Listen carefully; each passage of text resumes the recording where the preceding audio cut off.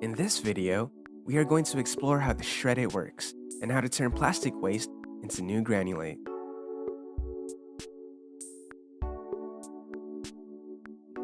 The shred-it basically does this by using two different compartments. First, the shredder blades, which are rotated by a 1 horsepower electric motor. Make sure that the plastic gets shredded into rough chunks. Then the rotating granulator knives cut these pieces into fine regrind. The part size of the regrind can be determined by placing a different filter. The machine's hopper provides safe input of plastic into the shredder and prevents plastic from taking flight. The produced granulate can be withdrawn from the granulate collector. The machine can be started with the green button, stopped with the red, and put in reverse mode with the white button if material gets stuck. The machine can also be quickly shut down by pressing the emergency button. The green lights indicate whether the motor is overheated or that the machine is overloaded by a blockage.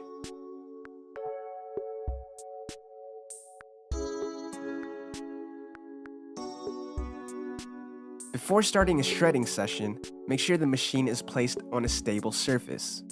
The shredder can be opened by pushing the latch and then tilting the shredder compartment upwards. Because of the spring tension, this might require some force.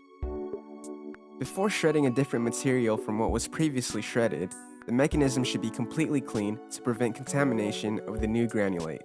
With a hard object, stuck bits of plastic can be picked out, and with a vacuum cleaner, most of it can be removed. When closing the shredder compartment, a snapping noise should confirm a proper connection. Before shredding, also make sure that the plastic is clean and does not contain other types of plastics or non-plastics. In some cases, the plastic should be broken into pieces in order to fit in the machine's hopper. If it cannot be broken into pieces by hand, certain tools can also be applied to achieve this. The next step is to attach the hopper. Make sure you hear a click noise which confirms proper connection. Then slide in the granulate collector and close the interlock guard. The final recommended preparation step is using ear protection.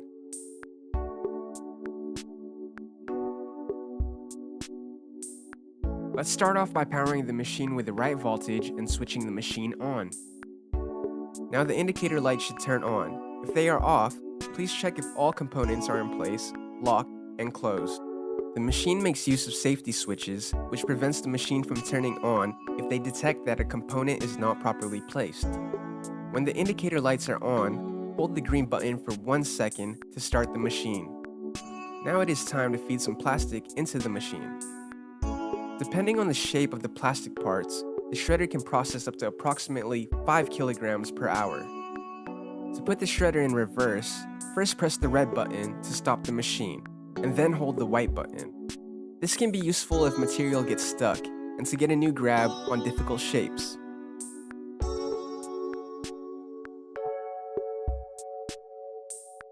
Press the red button if you are done shredding.